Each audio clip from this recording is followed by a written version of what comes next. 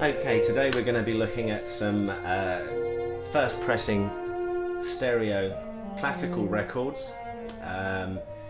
These are all British presses, and the majority are first presses, so they're early stereo pressings. And we're going to look at some of the differences in labels as an example to be able to see some of the differences. So first of all, we've got first pressing here on his master's voice.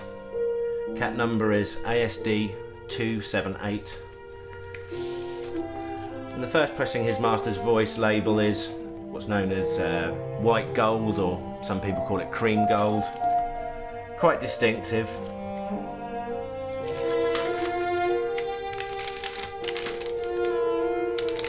There you go.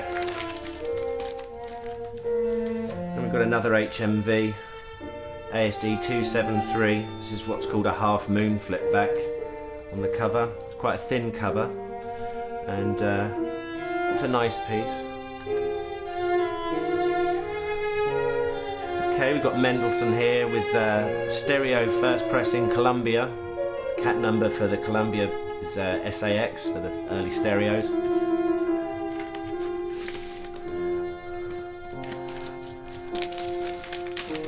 And the label on those is a turquoise silver, or type of mesh effect, if you like.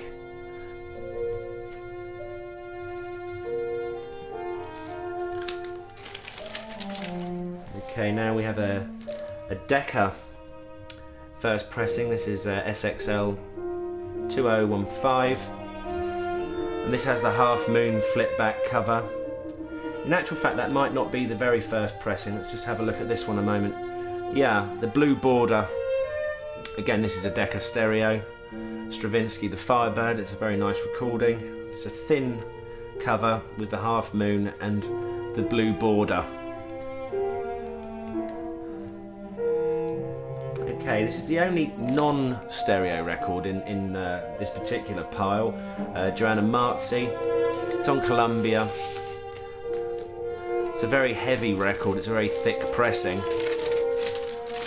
And it's a mono recording on the Blue Gold Columbia label, and if you check out our channel on YouTube, you can actually hear that one playing on one of our turntables, which I think is the... it may be a Garrett turntable. Okay, we have a Spaniard. This is on the Decca imprint. This doesn't have the blue border. The original stereo does, but it's a beautiful record. It's the Grieg recording again with the blue border. And some of the label differences for the Deccas: the original recording by in what people class as the 10 o'clock position. I don't know if you can see that. I'll try and show it a bit better. So original recording by running in this position, and you have a groove running around the label here. The Decca is unboxed, and that denotes very early pressing. That's the original inner sleeve.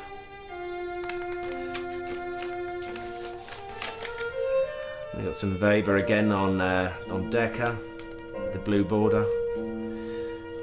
Chopin.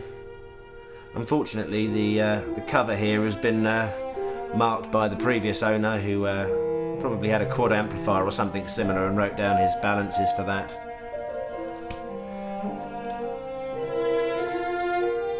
We've got an HMV ASD 450.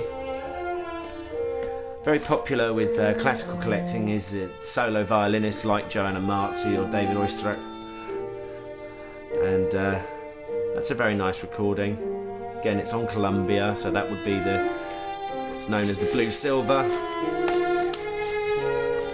And there we go. Swan Lake and Sumet. That's a first pressing, original recording by on the label. Ravel. And again, original recording by. There's a marked difference between the original recording buys, which you would see featured on the label, and made in England, which would denote a second pressing in a lot of cases. Also with Decca, many of the most collectible are on what's called the 2000 series, so SXL followed by 2 dash dash dash. Later pressings on the 6000 series, there can be some collectible, but unfortunately not quite as many. Obviously when stereo was introduced, not many people had the equipment to be able to play it, so they pressed less, and there are therefore less around, hence the collectability. Vorjak, Columbia, SXL, Cello Concerto again, ASD 358, that's the first pressing in very nice condition. So just to give you a brief overview of what the first pressings look like. Hopefully that's been helpful, and it's a little bit of insight into the collector's world. It's the Ricci. We hope to be posting more videos up on YouTube, and hopefully as well, if you visited our site, which is sellrecordcollections.com, you may be able to hear excerpts from some of the albums you've seen here today. Thanks very much for watching.